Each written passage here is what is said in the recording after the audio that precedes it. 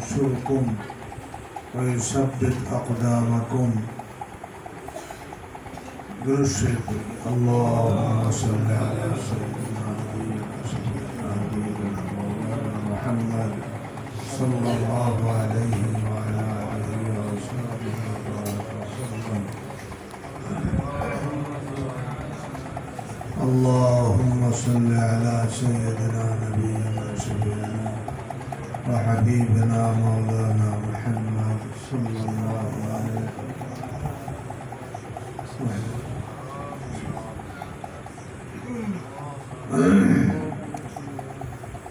তো সামনে আগেই আছে, ফাঁকা পূরণ করে দিচ্ছি।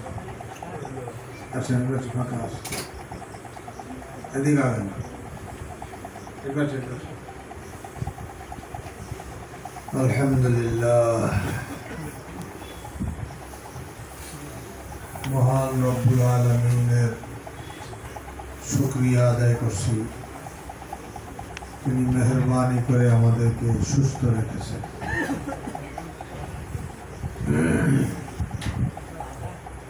ঈমান এবং ইসলামের নিয়ামত দান করেছেন। আজকের বাংলাদেশ মুজাহিদ কমিটি ভেড়ামারা উপজেলা শাখা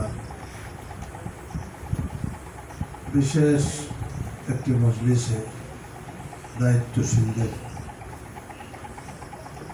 আসার মতন বসার মতন মন মানসিকতা সময় সুযোগ দান করেছেন। তাই আমরা আল্লাহ পাকের শুকর আদায় করি, আলহামদুলিল্লাহ।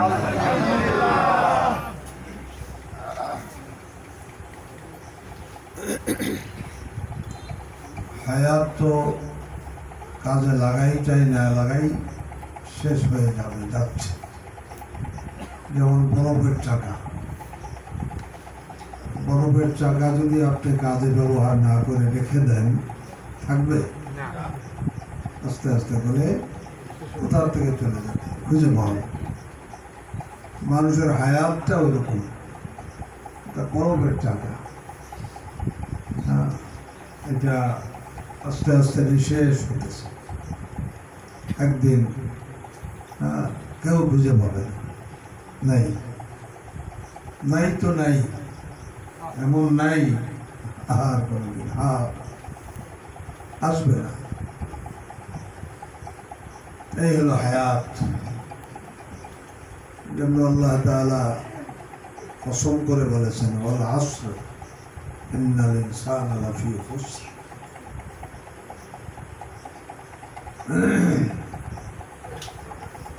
তো এই দ্বীনের জন্য যে এই হায়াতের কিছু অংশ দেওয়ার সুযোগ হয়েছে, দ্বীনের জন্য। দ্বীন আল্লাহ তাআলার কাছে বড় মাহবুব জিনিস, প্রিয় জিনিস। দ্বীনের জন্য আল্লাহর হাবিব যিনি আল্লাহ তাআলা না সৃষ্টি করলে কিছুই সৃষ্টি করতেন, এই আল্লাহর হাবিব কি না কষ্ট স্বীকার করেছেন এই দ্বীনের জন্য, কল্পনা করা যায়। সে কষ্টের ইতিহাস নবীজির জীবনের, যা আমাদের সকলেরই জানা আছে। শরীরে রক্ত ঝরেছে, দাঁত ভেঙেছে, বাড়িঘর ছেড়েছে, মাতৃভূমি পরিত্যাগ করেছে। সব কিছুর পিছনে একমাত্র কারণ তো দিন, আর তো কিছু। জমি জায়গা নিয়ে কোনো গোলমাল নেই, ক্ষমতা নিয়ে কোনো গোলমাল নেই, শুধুমাত্র দিনের জন্য তার জীবনে এত কষ্ট হয়েছে। দিন আল্লাহ তাআলার কাছে মাহবুব, দিনের জন্য আল্লাহর হাবিবের কষ্ট হোক, সেটাও আল্লাহ তাআলা সহ্য করেছে। যারা আল্লাহ পাকের প্রিয় মানুষ, সাহাবা একরাম, তাদেরও দেখেন দিনের জন্য কি না কষ্ট। সাহাবা একরামদের জীবনের যে কষ্ট দিনের জন্য, কোনো মানুষের সাথে তুলনাই করা যায়। তাদের সংসার, ছেলে মেয়ে, বিবি বাচ্চা সবই তো ছিল, সব উপেক্ষা করেছে।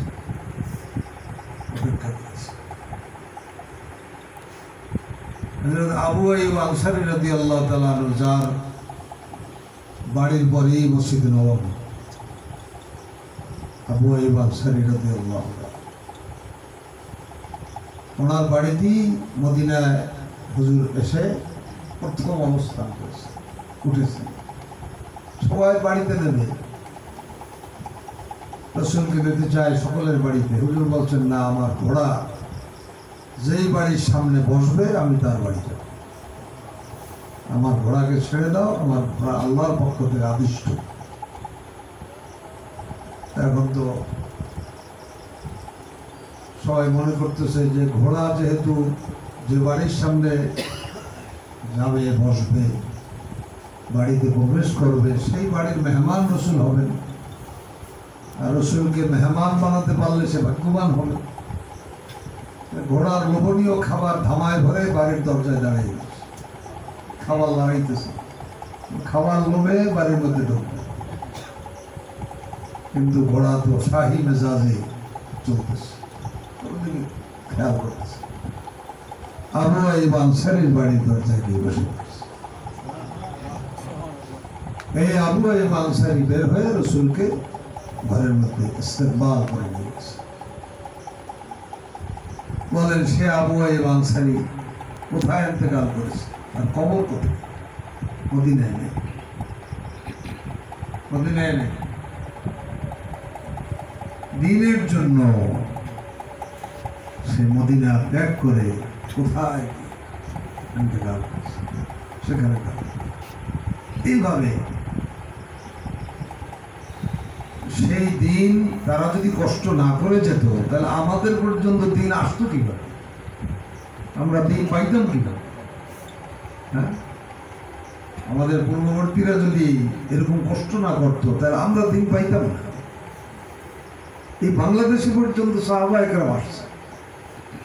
বাংলাদেশে লালমনিরহাটে একটা মসজিদ পাওয়া গেছে, হারানো মসজিদ বলে, মানে মাটির টিলার মধ্যে ঢাকা ছিল। ওইটা একটা প্লেট পাওয়া গেছে লেখা, সেখানে হিজরি সন লেখা ছিল। হিজরি সন লেখা ছিল 80 হিজরি নাকি এরকম একটা লেখা ছিল। তার মানে সাহাবা একরামদের জমানা, সাহাবা একরামদের জমানা, সাহাবা একরাম আসছেন। ওনাদের এই ত্যাগ আর কোরবানির বদৌলতে আমরা দিন পেয়েছি, তা না হলে আমরা দিন। এই যে আমাদের তরিকা চরমনাই, এই চরমনাইয়ের তরিকা আমরা কিভাবে পেয়েছি? এর পিছনে কত কোরবানি গেছে। হযরত মাওলানা সৈয়দ সাদ রহমাতুল্লাহ, উনি বাবের একমাত্র ছেলে। সাদ রহমাতুল্লাহ বাবের আর ছেলেও নাই, মেয়েও নাই, একা। বাপের একটা ছেলে, জমি জায়গা আছে, সবকিছু আছে, রেখে বাইরে যাওয়া সম্ভব? কঠিন না কাজ।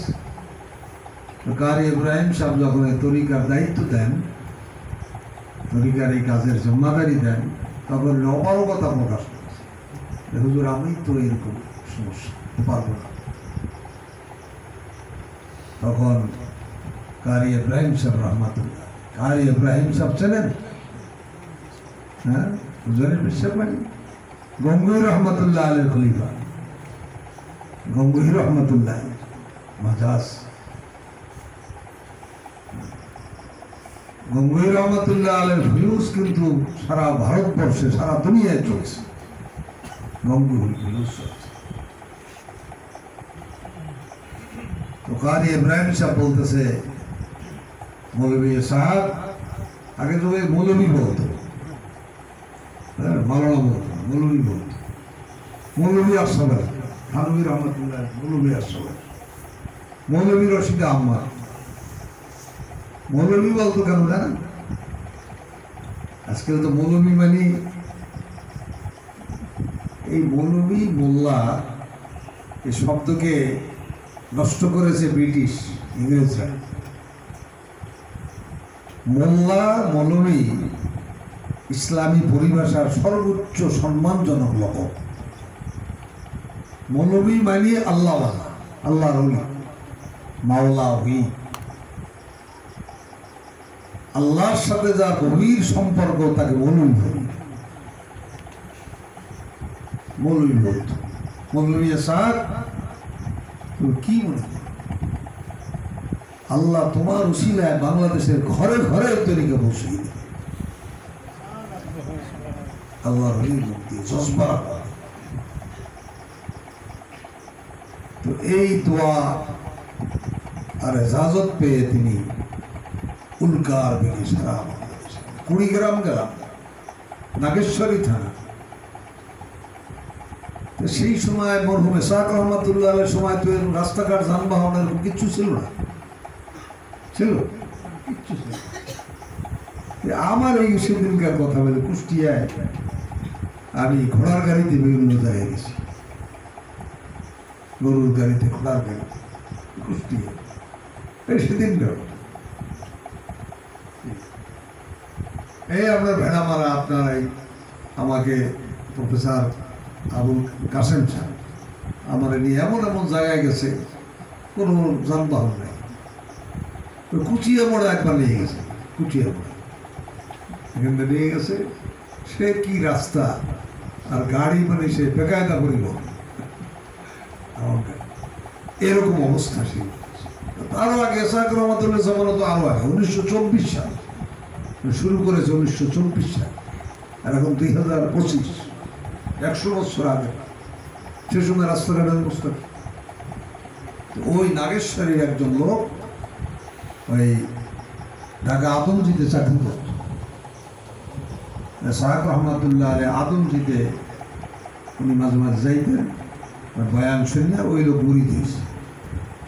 তো মুরিদ হইয়া সে মনে মনে ভাবছে যে হুজুরে যদি আমাদের এলাকায় নিতে পারতাম। আগে মুরিদদের মধ্যে এটা ছিল যে কিভাবে আমার এলাকার কিছু মানুষ সর্বনাই আল্লাহ বানাইতে পারে, এটা জজবা ছিল না। এটা এখন কিন্তু বিলুপ্তির পথে। এখন সেইটাকে রিক্সাওয়ালা রিক্সা চালাইতে আর চিন্তা করতে কি করে একটা লোক চর্ম নেই, দোকানদার দোকানদারি করতে আর বসে চিন্তা করতো কারে কিভাবে চর্ম নেই না ফিকের করতে। ওই লোক ওই ফিকের করিয়া ইসহাক রহমাতুল্লাহ আলাইহির সঙ্গে বলিয়া অনুরোধ করিয়া নাগেশ্বরী গিয়েছে।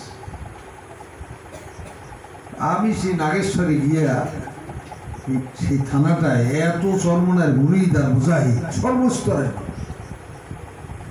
আমি নতুন গেছি, কোনোদিন যাইনি। হাই স্কুলের মাঠ মানুষে ভরে গেছে। আমি বললাম এত মানুষ এখানে, আমার নাম শুনলে তোর আসে নাই, ব্যাপার কি? ইসহাক রহমতুল্লাহ এখানে আসছে। ইসহাক রহমতুল্লাহ উসিলায় এলাকায় তরিকা চালিয়ে গেছে। কারণ ওই সে গরিব মানুষ আদমজিতে চাকরি করে, জোট মিলে বাড়িতে তেমন ঘর দরজা নাই, কোথায় রাখবে?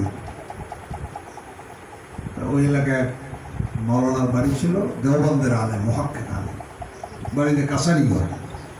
কাছারি ঘর বলছেন, বৈঠকখানা কাছারি ঘর। মেহমান গেলে ওখানে রাখা যায়। মনে মনে চিন্তা করছি যে যদি হুজুরের বাড়িতে রাখতে পারি তাহলে দুইটা ফায়দা। একটা হুজুরের থাকার ব্যবস্থা হয়ে গেল, আর যদি আমার হুজুরের সব কিছু দেখে মাওলানা সাহেব গ্রহণ করে তাহলে এই এলাকায় মাওলানা সাহেব যদি গ্রহণ করে তাহলে এলাকার মানুষ চরমনাইকে গ্রহণ করে। এই দুইটা বুদ্ধি মনে মনে চিন্তা করি মাওলানা সাহেবের কাছে, হুজুর আমি বরিশালের এক মাওলানা সাহেব হুজুরে আনছি আমার বাড়িতে, এখানে রস করবেন, তা কোথায় রাখবো? আমার বাড়িতে জায়গা না, আপনার কাছারি ঘরে একটু রাখতে পারলে ভালো হতো যদি আপনি অনুমতি দিতেন। খাওয়া দাওয়া সব ব্যবস্থা আমি করি। হ্যাঁ ঠিক আছে ঠিক আছে, একজন আলেম মানুষ, বিদেশি আলেম মানুষে থাকবে বলো।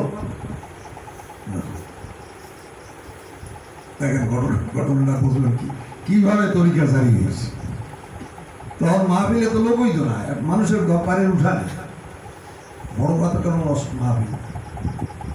মরহুম ইসহাক রহমাতুল্লাহ আলাইহি যত মাহফিল করছে সব বাড়ির উঠানে 20-25-30 জন এই কেন মাহফিল করিয়া। ওনার একটা বৈশিষ্ট্য ছিল, উনি সাথে ওয়াজ করে চলে যেত না, ওয়াজ করিয়া তারপর বলতো যে কাল সকালবেলায় আমি এই মসজিদে নামাজ পড়ব, আমি আপনারা আসলে আমি জিকির বানাই, জিকিরের কিছু ফায়দা প্রমাণ করব। তো সকালে আসলে সবাইকে জিকির আজকাল বাতাই দিয়া উনি একটা হালকা কমিটি গঠন করি, একটা হাজিরা খাতা দিয়ে এই ওনার কাজ ছিল। বললেন না, এখন সারা রাত রয়েছে।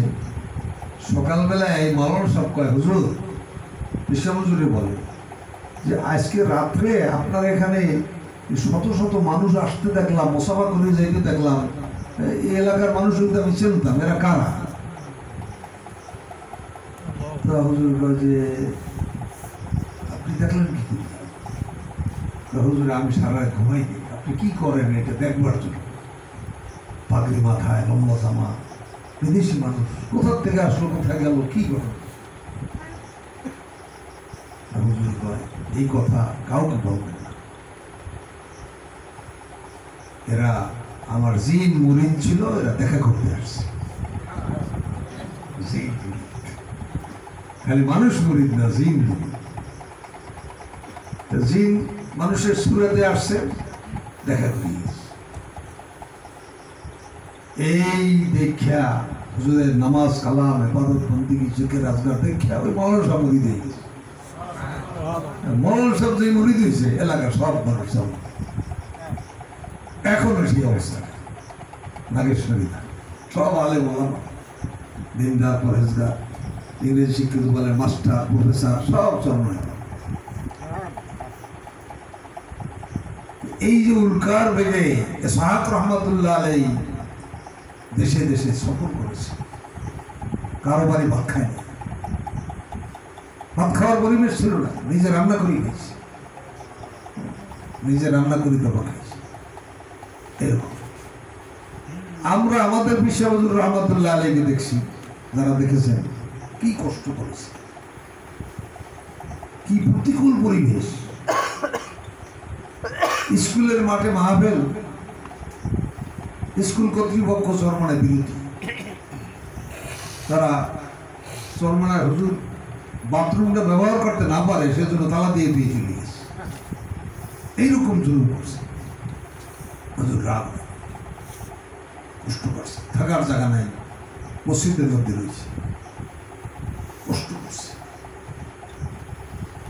সাতক্ষীরা শ্যামনগরে কারি ইয়াকুব আলী সাহেব করি একজন আমাদের মুজাহিদ ছিলেন, সে বলল আমাকে যে আমি হুজুরকে এই এলাকায় 30 মাইল 40 মাইল পথ পায়ে হাঁটাই নিয়েছি, হাঁটতে হাঁটতে হুজুরের পাও ফুলে উঠছে, পায়ে জুতো আর ঢুকে না, এরকম অবস্থা। তাদের এই কষ্ট যদি না করতেন আমরা তরিকা পাইতাম, দিন পাইতাম। তাদের এই কষ্টের বিনিময়ে আমরা পেয়েছি। আর আমাদের পরের জেনারেশন, আমরা দুনিয়ার থেকে বিদায়ের পরে আমার পর্যন্ত আরো মানুষ আসবে না, আমাদের কষ্টের বিনিময়ে দিন তারা পাবে। আর আমরা যদি কিছু না করি, চুপচাপ থাকি, তাহলে তারা দিন পাবে কারো সাথে। এই জন্য আল্লাহ তাআলা এই দ্বীনের কাজ যাকে কবুল করেন, করতে চান, তাকে দ্বীনের কাজে লাগাই দেন, দ্বীনের কাজে লাগাই। ইবাদতের দ্বারা এত প্রিয় আল্লাহর হওয়া যায় না, দ্বীনের কাজের দ্বারা যত আল্লাহর প্রিয়। কি কথা ঠিক কি? আবু বকর রাদিয়াল্লাহু তাআলা আনহু এত ফজিলত কেন? নামাজের জন্য বেশি নামাজ পড়ছে, বেশি জিকির করছে? হ্যাঁ না, দ্বীনের জন্য কোরবানি, রাসূলের জন্য কোরবানি, ইবাদতের জন্য আল্লাহ প্রিয় হয় না, তারা দ্বীনের খিদমতের জন্য, দ্বীনের জন্য ত্যাগ করেছে, আল্লাহর কাছে তারা মাহবুব হয়ে গেছে, আল্লাহর কাছে তাদের মর্তবা অনেক বৃদ্ধি হয়েছে। আজও যদি আমরা দ্বীনের জন্য কিছু সময়, আমি যে আয়াত শরীফ তেলাওয়াত করি যেখানে আল্লাহ কথা বলে, আয়াত তো কিয়ামত পর্যন্ত থাকবে, নাযিল তো হচ্ছে রাসূলের কাছে, সাহাবীদের সামনে। এই আয়াত নাযিল হওয়ার কারণে সাহাবা একরাম আয়াতের আমল করেছে, আর সে আয়াত তো আমাদের কাছে। কি আল্লাহ এখানে কি বলে? হে মুমিনগণ, তোমরা যারা ঈমান আনছো, তোমাদের কাছে আমার দাবি আছে, তোমরা আমাকে ভালোবাসো। ঈমানদার মানেই তো আল্লাহকে ভালোবাসো। ঈমানদার মানে কি? হ্যাঁ, যেমন তেমন ভালোবাসে না, প্রচন্ড ভালোবাসে, তাকে ঈমানদার।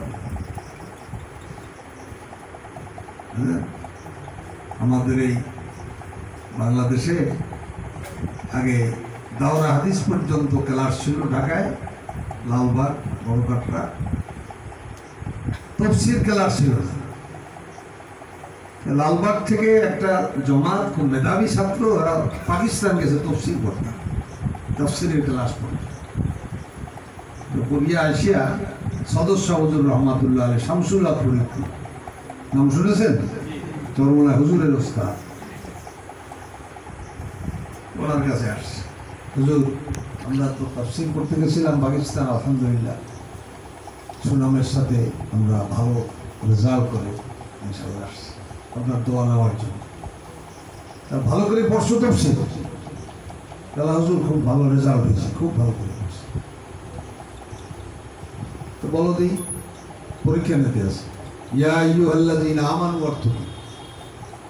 আচ্ছা বলে ইয়া আইয়ুহাল্লাযীনা আমানু অর্থ করতে তাফসীর পড়া লাগে না, তাতে সাধারণ লোক লাগে, তার বুঝের ভিতরে রহস্য আছে, চুবি আছে।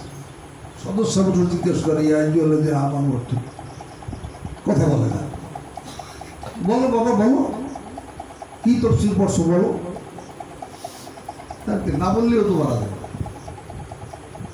কয় হে বিশ্বাসী বান্দাগণ, এই তো বলবে, সারা কি বলবে? হাই ইমান ওয়ালু উর্দুতে বলবে না,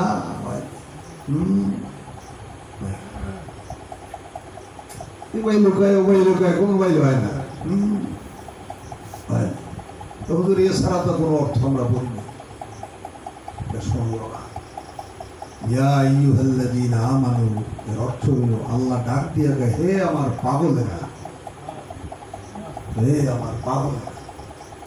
ইমানদার মানি হলো আল্লাহ পাগল, ইমানদার মানি কে? আল্লাহ পাগল। বারবার এই ডাকটা দিছে কোরআন শরীফ, ইয়া আইয়ুহাল্লাযীনা আমানু, মহব্বতের ডাক, হে আমার পাগলেরা, তোমরা যারা আমাকে পাগলের মতন ভালোবাসো, ভালোবাসা পাগল, বুঝলেন না?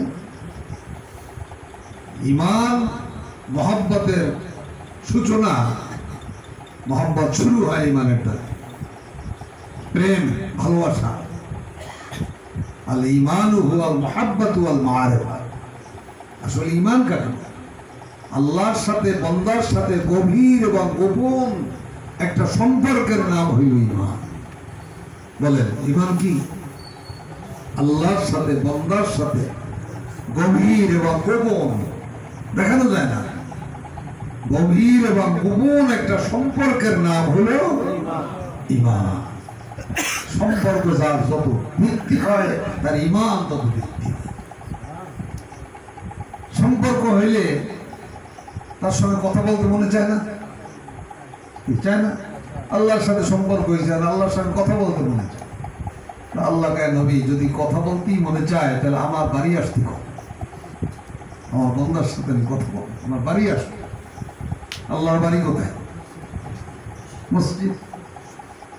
আমার বাড়িতে আমি কথা বলি। এই 5 বার যে মসজিদে যায়, এখানে আল্লাহর সাথে বন্দার কথা হয়, এই জন্য এটাকে মেরাজ বলে। মেরাজ মানে কি? গোপনে কথা বলাকে মেরাজ বলে। গোপনে কথা বলাকে কি বলে? মেরাজ বলে। হাদিস শরীফে আছে, যখন বন্দা নামাজে দাঁড়ায়, ইজা ক্বাল আল আব্দু, যখন বন্দা নামাজে গিয়ে বলে আলহামদুলিল্লাহ রাব্বিল আলামিন, সঙ্গে সঙ্গে আল্লাহ তাআলা জবাবে বলেন হামিদানি আব্দি, আল্লাহ বলেন বন্দা আমার বড় তুমি প্রশংসা করো, তুমি আমার বড় প্রশংসা করো, হামিদানি আল্লাহ। তাফসীরে কাশাফের মধ্যে বন্দার কাছে, বন্দার রূহের কাছে আল্লাহ জিজ্ঞাসা করে, যখনই বলে আলহামদুলিল্লাহ, লিমানিল হামদু, কার প্রশংসা? এরপরে লিল্লাহ, প্রশংসা কার? লিল্লাহ। আবার প্রশ্ন করে তার রূহের কাছে, আল্লাহকে? তারপরে রব্বিল আলামিন, যিনি বিশ্ব জগতের রব, তিনি হলেন আল্লাহ। আবার প্রশ্ন করে মান রব্বুল আলামিন, কে বিশ্ব জগতের রব? প্রেমের কথা বলে আর প্রশ্ন করে, বলে আর প্রশ্ন করে, যত প্রশ্ন করবে অত কথা বাড়বে, অত মজা লাগবে। বলে আর রহমান, যিনি রহমান তিনি রব্বুল আলামিন। মানে রহমান, রহমান কে? আর রহিম, যিনি রহিম তিনি রহমান, যিনি রহিম তিনি রহমান। আবার কে? রহিম কে? আবার কাজে মালিক ইয়াউমিদ্দিন, যিনি বিচার দিবসের মালিক। যেন রহিমের সিফাত প্রকাশিত হবে কিয়ামতে। রহিমের সিফাতটা প্রকাশিত হবে কোথায়? কিয়ামতে হবে। এই জন্য কইছি মালিক ইয়াউমিদ্দিন। তো মালিক ইয়াউমিদ্দিন কে? এখন আর ভেঙে গেছে। এখন যিনি তিনি বলছে এতক্ষণ, এখন আল্লাহ তুমি আমাকে চেনো না, আমি তোমার বাবা, এখন তুমি আমি কয়। আগে যিনি তিনি গায়েব ছিল, এবার হাজির হয়ে গেছে। ইয়াকা না'বুদু, ও খোদা আমি তো তোমারই বান্দা, মানে তোমার বান্দা, তোমারই বান্দা, তোমারই গোলাম, আর কারো। তুমি আমার মালিক, আমি তোমার গোলাম।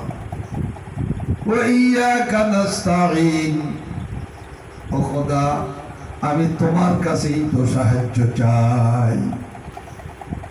এখন আল্লাহ প্রশ্ন করে কি ব্যাপারে সাহায্য চাই? কাইফা উআইয়িনুকুম ইয়া আব্দুল্লাহ, কাইফা উআইয়িন, কোন ব্যাপারে সাহায্য চাই? তখন সাহায্য আর কিছু চাই না। আল্লাহ জান্নাতে ছিলাম, জান্নাত থেকে এসেছি, জান্নাত আমার আসল বাড়ি, এই জান্নাতের পথটা হারিয়ে ফেলাইছি। কোন পথে গেলে জান্নাতে যাইতে পারবো, পথটা একটু দেখাইয়া দেন। এই যে কথাবার্তা গুলা, এটা প্রেমের কথা না? দৈনিক 5 বার মাবুদের সাথে বন্দার এরকম কথা হয়, কিন্তু দেখতে পারছে প্রেম আরো বাড়ছে, বাড়তেছে। নামাজ পড়তে পড়তে প্রেম বাড়ে, যত নামাজ পড়ে, যত সেজদা দেয়। আল্লাহ কয় যখন বান্দা আমাকে সেজদা দেয়, তো ওই কার্পেটে সেজদা দেয় না, জায়নামাজে সেজদা দেয়, আমার কুদরতি পায়ে সেজদা দেয়। আমি আল্লাহ পিঠে হাত ধরে আদর করি,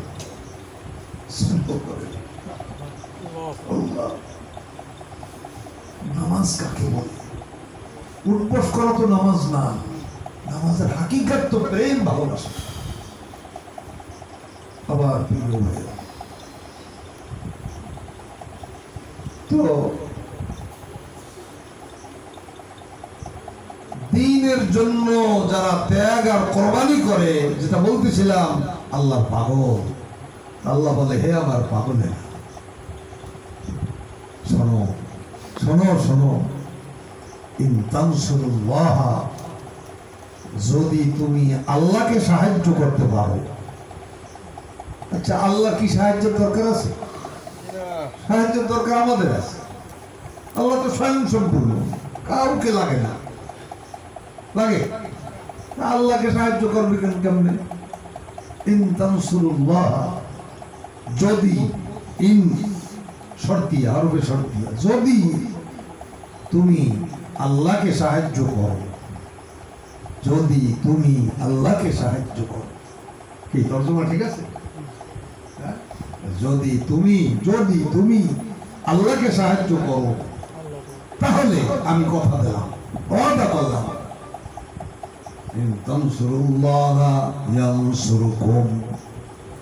আমি তোমাকে সাহায্য করব। আমি আল্লাহর সাহায্যের মহতাজ, আল্লাহ তো আমার সাহায্যের মহতাজ না। আল্লাহ বলেন তুমি যদি আমার সাহায্য করো তা আমি তোমার সাহায্য করব, যদি করো তাহলে করো। শর্ত ভৌত হইলে মসরুত ভৌত হয়, একটা কায়দা করলে আসে। অর্থাৎ তুমি করলে করবো, না করলে করবো না। তুমি যদি সাহায্য করো তা আমি সাহায্য করার ওয়াদা করছি। আমাদেরকে আল্লাহ সাহায্য লাগে না লাগে না? এই প্রয়োজন আছে না? আল্লাহ সাহায্য ছাড়া আমরা একটা কদম